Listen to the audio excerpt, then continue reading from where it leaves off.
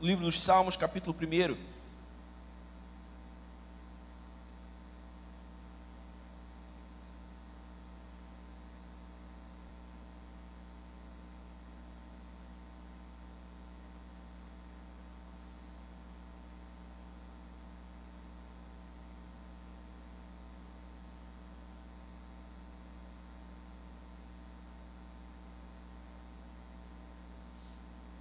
Eu disse há pouco, na ocasião dos dízimos e ofertas, que a vontade de Deus é que seus filhos tenham ampla suficiência. Ampla suficiência, prosperidade. É importante nós entendermos o que é a prosperidade bíblica e ao que eu me refiro quando eu uso a expressão ampla suficiência. Isso não está de maneira alguma limitado à questão do dinheiro, isso não está limitado de maneira alguma ao dinheiro e ao que é material. Isso é amplo e deve tocar todas as áreas da nossa vida. A vontade de Deus é que você tenha ampla suficiência em todas as áreas da sua vida. É que você seja amadurecido e viva em plenitude nas suas emoções, na sua saúde física, nos seus relacionamentos, nas suas finanças, no seu ministério, no seu trabalho, nos seus projetos, nos seus empreendimentos. Essa é a vontade de Deus. Essa é a vontade de Deus.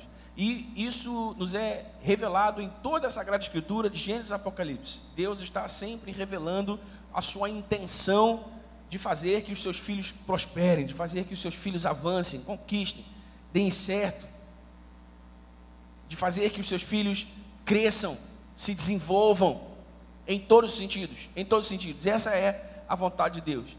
E sabe, a verdade é que muitos de nós ainda não estamos tão certos disso. A verdade é que muitos de nós ainda não estamos convencidos disso.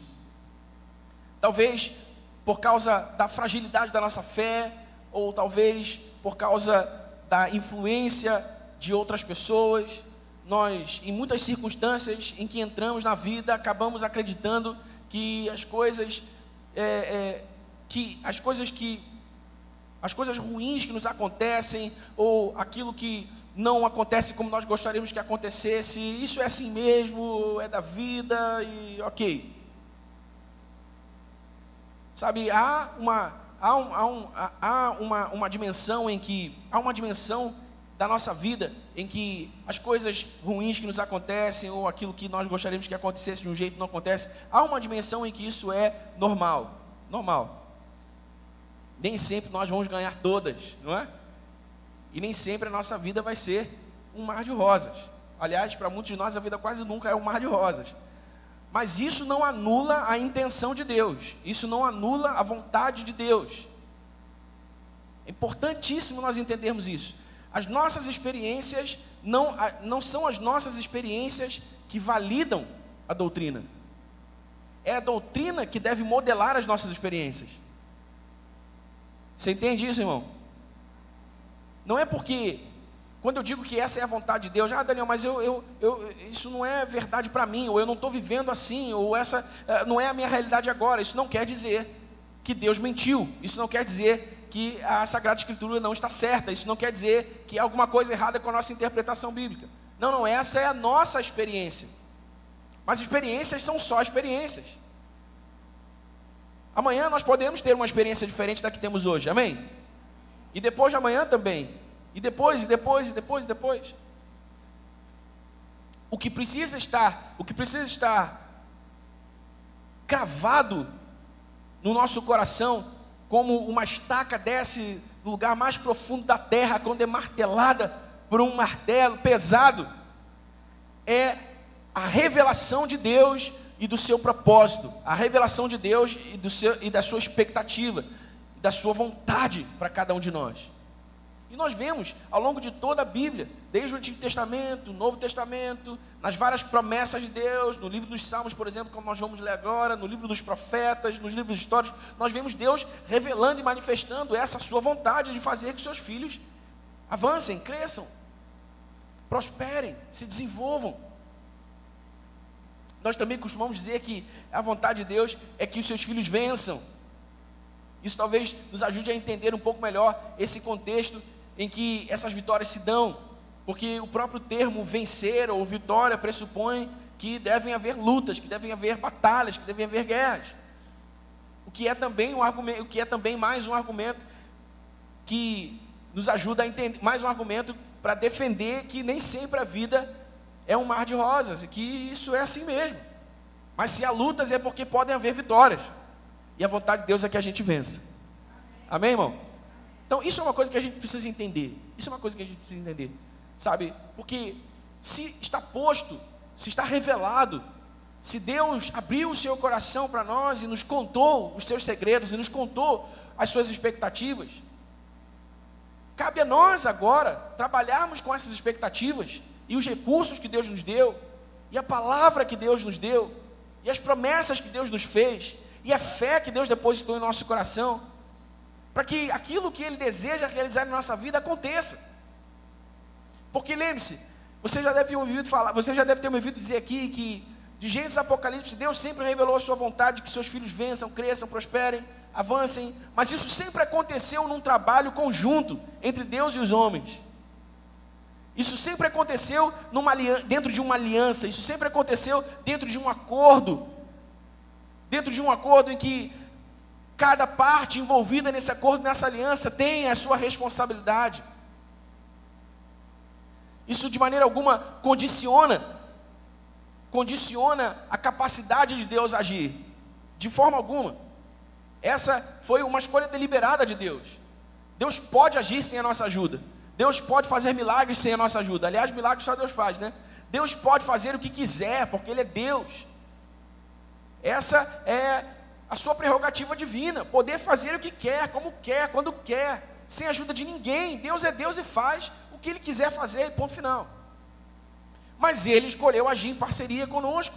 Ele escolheu agir usando a nossa fé. Ele escolheu agir usando as sementes da nossa fé para fazer germinar a sua vontade, para fazer germinar os seus propósitos, para fazer germinar os frutos que Ele mesmo nos daria, para nos alimentarmos e para alimentar a todos aqueles que estão à nossa volta. Então há uma parte que nos cabe. Há um trabalho a fazer. Amém, irmão? Amém?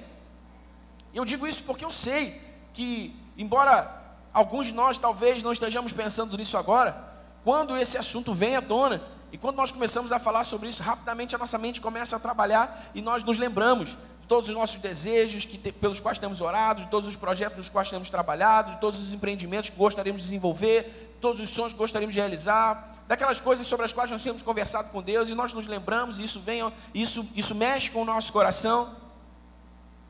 E isso deve ser assim mesmo, isso deve ocupar a nossa mente e o nosso coração, não para que a nossa fé, não para que a nossa fé se torne utilitarista, mas para que a nossa fé nos aproxime de Deus e do seu coração, e nos faça entender os seus propósitos, nos faça entender a sua vontade, para que, entendendo os seus propósitos e a sua vontade, nós sejamos capazes de convergir o nosso coração ao coração dele, para desejar o que ele quer, e aí então a nossa fé encontre o seu sentido e traga à realidade o propósito e a vontade de Deus para nós. Esse é o caminho, essa é a ideia, e é por isso que isso deve estar, e é por isso que essa revelação precisa estar acesa nas nossas mentes, sempre. Então nós vamos ler o Salmo, capítulo 1, do versículo 1 ao versículo 3, e analisar esses versículos juntos, para entender um pouco melhor esse assunto que eu estou tratando com vocês agora. Como é feliz aquele que não segue o conselho dos ímpios, não imita a conduta dos pecadores, nem se assenta na roda dos zombadores. Ao contrário, sua satisfação está na lei do Senhor, e nessa lei medita dia e noite. É como árvore plantada à beira de águas correntes, dá fruto no tempo certo e suas folhas não murcham. Tudo o que ele faz prospera. Você pode repetir isso comigo, irmão? Diga, tudo o que ele faz prospera. De novo, tudo que ele faz prospera. Lembre-se que eu disse que há uma parte que nos cabe. O texto diz tudo que ele faz. Há algo a fazer. Há algo a fazer. Só prosperidade para quem está fazendo alguma coisa. Amém? Só vitória, só sucesso, só desenvolvimento, só crescimento para quem está fazendo alguma coisa. Então veja, como é feliz aquele que não segue o conselho dos ímpios. Algumas versões da Bíblia dizem bem-aventurado. Eu gosto mais das versões da Bíblia que dizem bem-aventurado, porque essa expressão bem-aventurado é muito mais do que feliz. Bem-aventurado significa literalmente extremamente feliz. Extremamente feliz é o homem que não segue o conselho dos ímpios. Veja, Davi está falando do conselho dos ímpios, o que aponta para um modo de pensar. Diga comigo, pensar. Feliz é o homem que não pensa como pensam as pessoas que não temem a Deus. Feliz é o homem que não pensa como as pessoas, como pensam as pessoas que não temem a Deus. Por que é importante falar sobre isso, irmãos? É importante falar sobre isso porque isso tem a ver com algo que nós vamos ler em alguns versículos à frente. Porque muitos de nós não temos cuidado dos nossos pensamentos como deveríamos. Muitos de nós não temos cuidado dos nossos pensamentos como deveríamos. Provérbios 4:23, Salomão diz: sobre tudo que se deve guardar, guarda o teu coração, pois dele procedem as saídas da vida. Essa palavra coração é a tradução de uma palavra hebraica que também pode traduzir mente.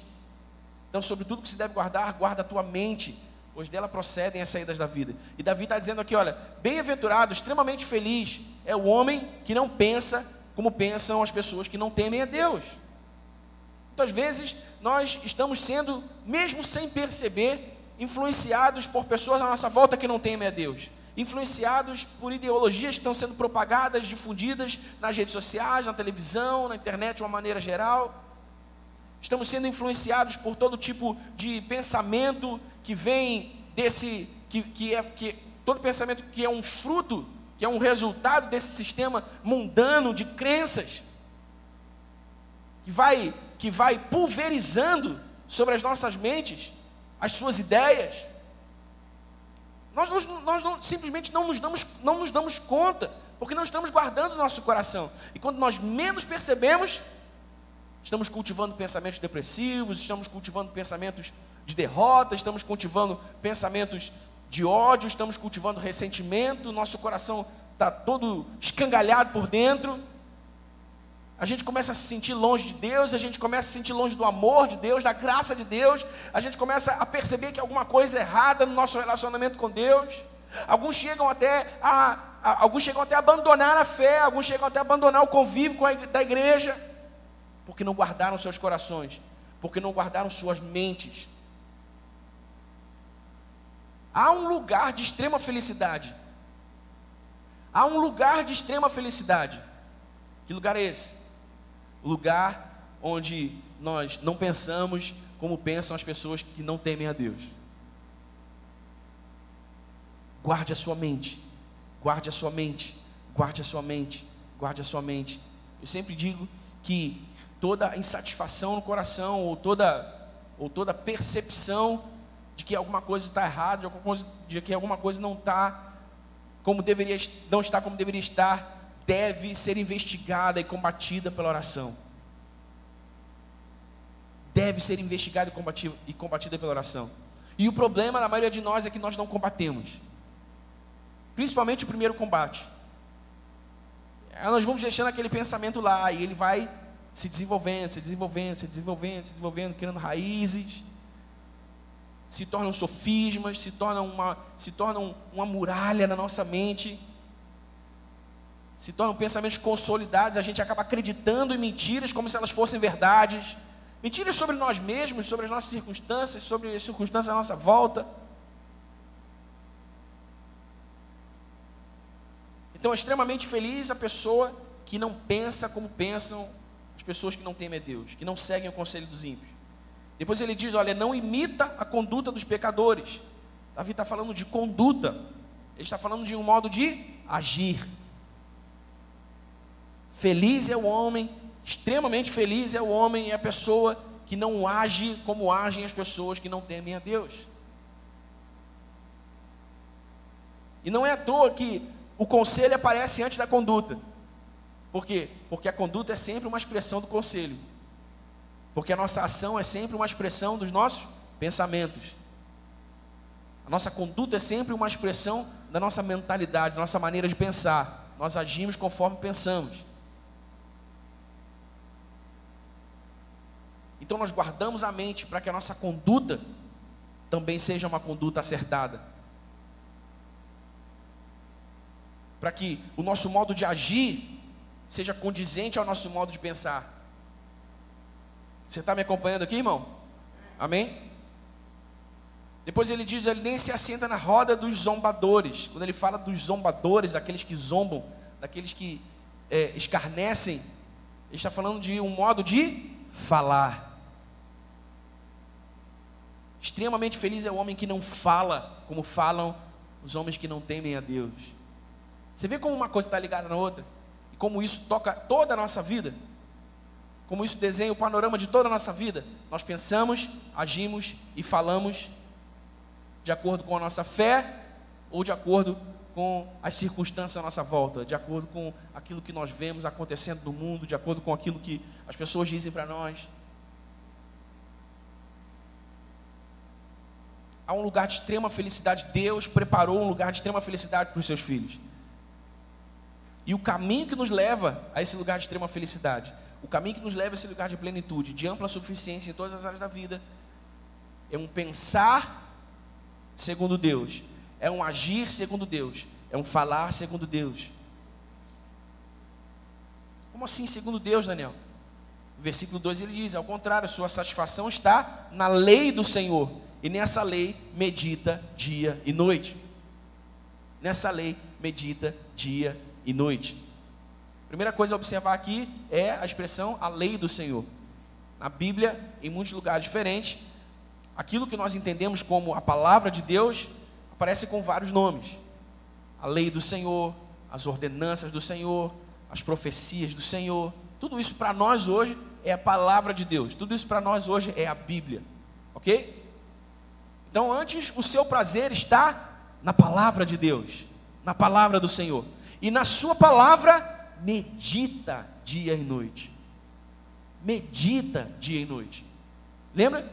Precisamos guardar o nosso coração, não devemos andar no conselho dos ímpios, não devemos pensar como pensam as pessoas que não temem a Deus.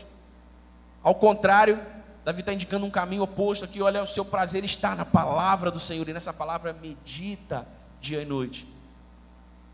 Então a primeira coisa é entender aqui a centralidade da palavra do Senhor, na construção, na pavimentação desse caminho que nos leva de onde estamos hoje a esse lugar de extrema felicidade, de ampla suficiência em todas as áreas da nossa vida. A segunda coisa é entender o verbo meditar.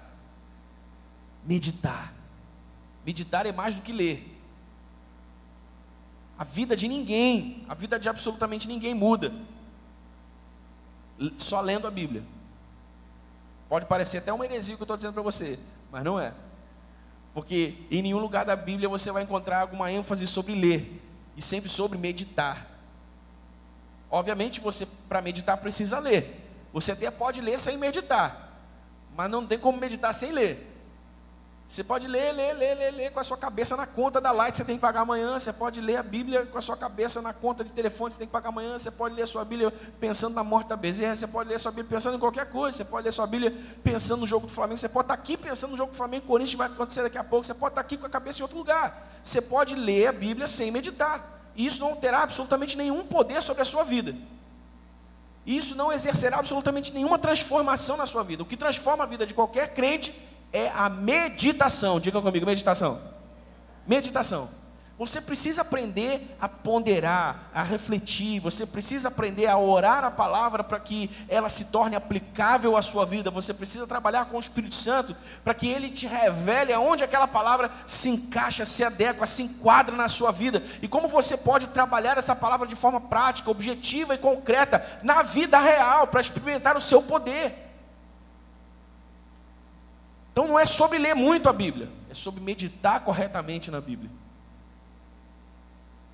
Amém? Amém, gente?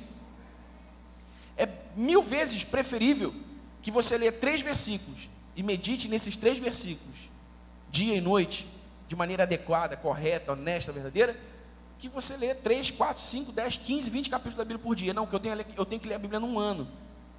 Tem que ler? Quem pôs a faca no seu pescoço e falou que você tem que ler a Bíblia num ano? Se você vai conseguir ler e meditar na Bíblia durante um ano, maneiro, muito bom. Agora, se você vai ler a Bíblia por ler durante um ano, talvez isso não tenha sentido no fim do exercício. Porque o importante é meditar. Você precisa aprender a olhar a palavra de Deus e meditar nela. Meditar nela. Às vezes um único versículo, 2 versículos, 3 versículos são o suficiente para você ficar ali, pensando neles, orando sobre eles, falando com o Senhor sobre eles. Você entende o que eu quero dizer, meu irmão? É uma relação diferente com a palavra de Deus. A relação de meditar na palavra de Deus é diferente da relação de ler a palavra de Deus. Porque isso é o que acontece com muita gente. Muitos crentes estão lendo a Bíblia como leem jornal, como leem um feed de notícias da CNN, da Globo News, do que for. Não faz sentido. Você precisa parar, ler, meditar, palavra por palavra. Sabe, eu sempre encorajo aos irmãos com quem eu converso pessoalmente sobre isso, que tem uma Bíblia física. Sei, os aplicativos de Bíblia facilitaram pra caramba a vida da gente. As Bíblias online facilitaram a vida pra caramba a vida da gente. Mas é muito bom quando você pega. É só uma experiência, tá, irmão? Você pode continuar com o seu aplicativo. Eu estou só compartilhando um encorajamento aqui, que me ajuda, faz bem para mim, eu acho que pode fazer para você também. Você pegar a sua Bíblia, sabe, o papel, e você sublinhar, fazer notas de rodapé. Você ter algo assim, sabe, para dizer, cara, é a palavra de Deus, é a Bíblia. Isso te ajuda. Isso ajuda qualquer um nessa prática de meditar. E a gente precisa aprender a fazer isso. Em geral, a maioria dos crentes não sabe fazer isso. E aí demora tempo demais para chegar nesse lugar de ampla suficiência. Demora tempo demais para chegar nesse lugar de satisfação plena, nesse lugar de bem-aventurança. Bem-aventurado, extremamente feliz. Por quê? Porque é que nem aquela obra que a gente começa sem dinheiro, leva anos para acabar. Faz uma parede aqui, depois de 3 semanas, faz mais uma fia de tijolo, acabou o dinheiro, esquece. Agora pintou um dinheiro, faz mais um negocinho, sabe? Não acaba nunca. Você precisa aprender a meditar. E olha qual é o resultado disso. Davi segue dizendo o resultado. Qual é o resultado disso? Davi segue dizendo aqui, olha. Quem é essa pessoa? A pessoa que não pensa como pensam as pessoas que não temem a Deus, a pessoa que não age como agem as pessoas que não temem a Deus, a pessoa que não fala como falam as pessoas que não temem a Deus, a pessoa que tem o seu prazer na lei do Senhor, a pessoa que ama a palavra e que aprendeu a meditar na palavra. Essa pessoa, olha o resultado aqui, ele diz no versículo 3, ele é como árvore plantada à beira de águas correntes. Como árvore plantada à beira de águas correntes. Uma árvore plantada à beira de águas correntes é uma árvore que está constantemente nutrida. Nutrida. A nossa nutrição espiritual depende da palavra. Depende da palavra. Se nós não estamos ingerindo a palavra, por assim dizer, nós não estamos nutrindo a nossa alma, não estamos nutrindo o nosso espírito. Isso pode nos colocar em sérios riscos. A analogia com a saúde física ela é perfeita para esse exemplo, para esse caso, melhor dizendo, que assim como o alimento físico está para o nosso corpo físico, a palavra de Deus e a oração estão para o nosso corpo espiritual, a nossa alma, o nosso espírito. Se nós alimentamos diariamente o nosso corpo físico, uns alimentam até demais, né? Não comem muito bem, mas nós estamos sempre comendo, alimentando o nosso corpo físico. Nós só estamos aqui por isso. Você só está aqui porque você está comendo todo dia. Você está vivo, você está nutrido. Com o espírito funciona da mesma maneira. Se nós não nutrimos o nosso espírito diariamente, nós adoecemos, enfraquecemos, podemos chegar a desenvolver enfermidades, podemos até mesmo morrer. Então, olha, o resultado de amar a palavra de Deus e meditar nela é nutrição. Depois ele diz, dá fruto no tempo certo. Dá fruto no tempo certo. Produção. Quem ama a palavra de Deus, quem está meditando na palavra de Deus diariamente, produz. A sua vida é como uma árvore que produz fruto. E produz fruto no tempo certo. De repente você pode estar pensando, mas por que tal coisa está demorando tanto a acontecer na minha vida? Por que isso não aconteceu ontem? Por que Deus não respondeu a minha oração no mês passado? Por que essa porta não se abriu? Por que eu estou vivendo desse jeito? Porque se você está vivendo, como diz o Salmo 1, tenha paciência, preserve a sua fé, porque se você é uma árvore plantada junto à corrente de água, o seu fruto, ele vai aparecer na hora certa, na estação certa.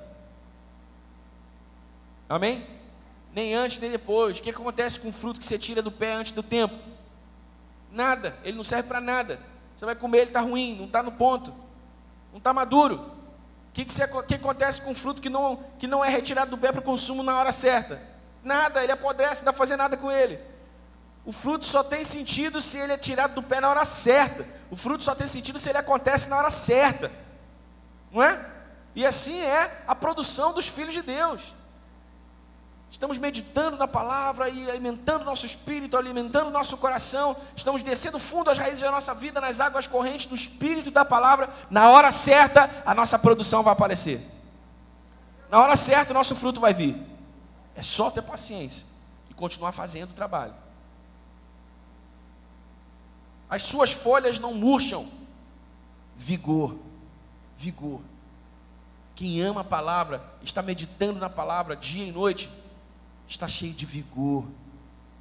Você pode, irmão, 99,9% dos casos das pessoas que se acham, que se encontram enfraquecidas na fé, que se encontram, 99,9% dos casos das pessoas, desses casos, são casos de pessoas que não estão ingerindo a palavra.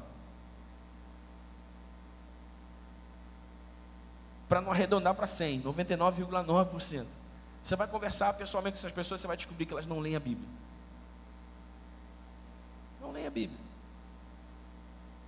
Estão lendo a Bíblia aos domingos, quando vem à igreja, chega a hora do sermão, da mensagem, o pastor pede para abrir a Bíblia, lê a Bíblia. Mas não, é absolutamente ínfimo. Esse tempo que nós estamos tendo aqui, irmãos, ele deve ser como uma centelha. Uma centelha que é acesa e que você vai assoprar, que você vai cultivar para que se torne uma grande chama. Amém? Amém, igreja? Vigor. Então você quer ser alguém espiritualmente vigoroso, você quer ser alguém espiritualmente forte, você quer ser alguém espiritualmente pronto, atento, presente, você quer ser alguém com quem as pessoas podem contar, você quer ser alguém a quem as pessoas podem acessar, você quer ser alguém que ajuda, que serve, você quer alguém que está se sentindo sempre bem, sempre, 12/8, sempre a pressão não altera, nem para baixo, nem para cima, você está bem, você está equilibrado? Ame a palavra do Senhor, medite na palavra do Senhor dia e noite, amém? Amém? Transforme o seu modo de pensar, transforme o seu modo de agir, transforme o seu modo de falar, através da meditação na palavra de Deus. E por fim, ele diz, em tudo que ele faz, prospera. Veja, o resultado de amar e meditar na palavra de Deus é nutrição espiritual, produção espiritual, vigor espiritual, prosperidade. Prosperidade. Amém, irmão? Prosperidade. Sabe, eu gosto muito do Provérbios capítulo 3, versículos 9 e 10, quando Salomão diz, tragam ao Senhor as primícias de toda a sua renda, e as primeiras produções de todo o seu rebanho, o seu gado, os seus lagares transbordarão de vinho, os seus barris transbordarão de vinho, seus celeiros ficarão plenamente cheios, ele diz, e os seus barris transbordarão de vinho. Olha só, os celeiros, celeiro é lugar de provisão, certo? Então os celeiros ficam plenamente cheios, ou seja, está ok, está abastecido, não falta, e os barris transbordam de vinho, ou seja, é mais do que o necessário, mas não é mais do que necessário para que se desperdice. O seu transbordo, irmão, o seu transbordo é o que abençoa a vida das pessoas à sua volta. O seu transbordo é aquilo que Deus quer usar para abençoar as pessoas que nada têm. Você entende? Mas a gente não está seguindo essa trilha. Aí até a gente tem pouco até para a gente, quem dirá para transbordar para alguém. E olha o efeito cascata nisso. A gente tem pouco para a gente, não tem como abençoar as pessoas. aí a gente não cultiva a generosidade trava a nossa prosperidade e fica essa... Se não vai para lá nem para cá, entendeu? Então você precisa entender essa trilha, você precisa seguir essa trilha. Qual é o lugar da bem-aventurança? O lugar da bem-aventurança é um lugar onde nós pensamos segundo Deus, nós agimos e falamos segundo Deus. E como é que se desenvolve isso? Como é que se constrói isso? Amando a palavra e meditando na palavra constantemente. Constantemente. Romanos 12:2, Paulo diz: não vos conformeis com este mundo, mas transformai-vos pela renovação da vossa mente, para que vocês experimentem a boa, perfeita e agradável vontade de Deus. Ou seja, experimentar a boa, perfeita e agradável vontade de Deus depende da minha ação, do meu movimento ativo, da minha ação de renovar a minha mente. Veja que o texto não diz que é Deus quem renova a nossa mente, não.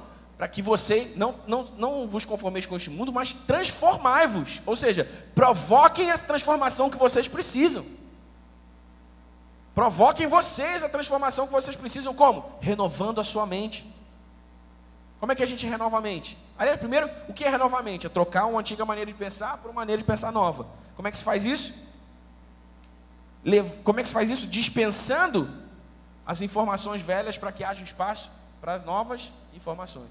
Então eu abro mão de uma maneira de pensar, de um sistema de crenças, de valores antigo, passado, deturpado. É isso que Davi está falando aqui, ó, o conselho dos ímpios, o caminho dos pecadores, a roda dos escarnecedores. Eu abro mão disso e eu abro espaço para que a palavra de Deus modele o meu pensamento, para que a palavra de Deus dê um novo molde, uma nova forma ao meu pensamento. E aí o que eu falei? A conduta é uma expressão do conselho. Então, com um novo molde, com um novo modelo de pensamento, é inevitável. Meu comportamento vem diferente também. As minhas ações vêm diferentes também. As minhas escolhas, as minhas decisões vêm diferentes também. Você está entendendo isso, irmão? Amém? Glória a Deus. Tudo o que Ele faz, prospera.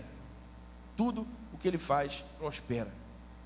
Esse é um dos versículos mais, na minha opinião, mais poderosos de toda a Bíblia, porque o próprio contexto do texto, ele é amplo demais, ele é abrangente demais. Não dá nem para dizer assim, não, Jesus está falando, a palavra está falando exatamente disso aqui. Não, o contexto é a vida. Salmo 1, o contexto é a vida. E no contexto da vida, nessa coisa ampla, nessa coisa grande demais, Deus diz assim, olha, tudo o que você fizer vai dar certo.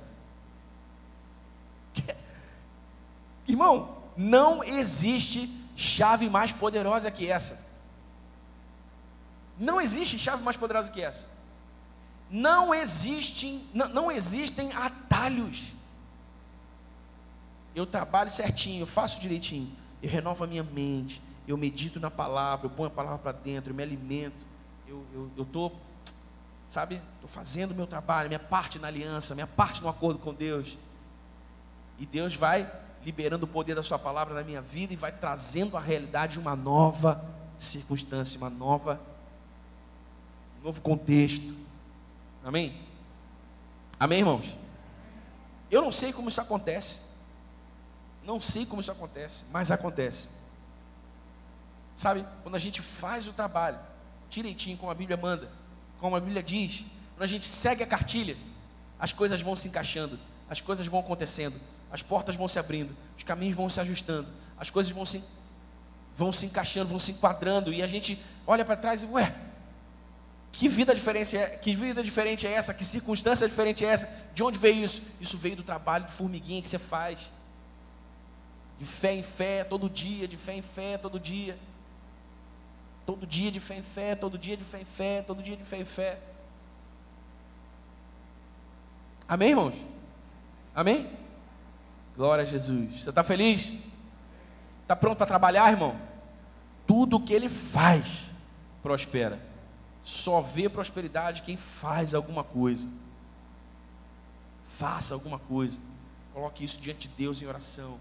Senhor, então tá, então para dar uma virada na minha vida, Senhor, eu vou fazer isso aqui diferente, eu vou fazer isso aqui diferente, eu vou mudar isso aqui, agora Senhor, eu vou corrigir isso aqui que está errado. Senhor, você precisa começar a agir, você precisa começar a se posicionar, você precisa começar a se alinhar, a se adequar à palavra, a entrar nesse molde, a entrar nesse modelo da palavra de Deus, para que as coisas comecem a acontecer na sua vida segundo a vontade de Deus, como Deus quer que aconteça, amém?